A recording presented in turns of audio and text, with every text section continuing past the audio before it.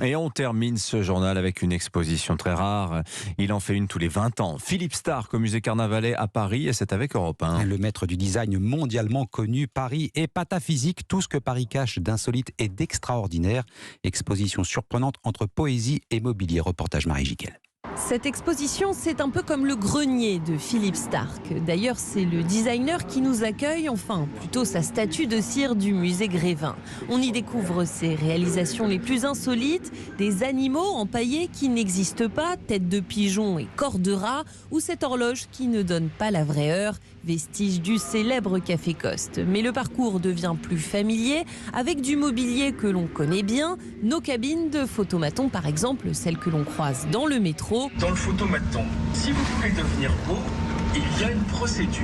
Conçue par Philippe Starck qui souhaite ajouter à Paris un peu de fantaisie.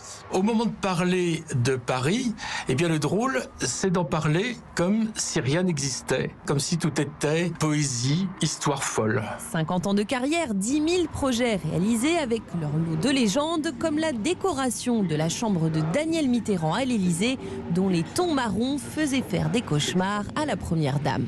Marie Jiquel, Paris et pataphysique. L'exposition Philippe Starck avec Europe 1 au musée Carnavalet, c'est jusqu'au 27 août. Merci.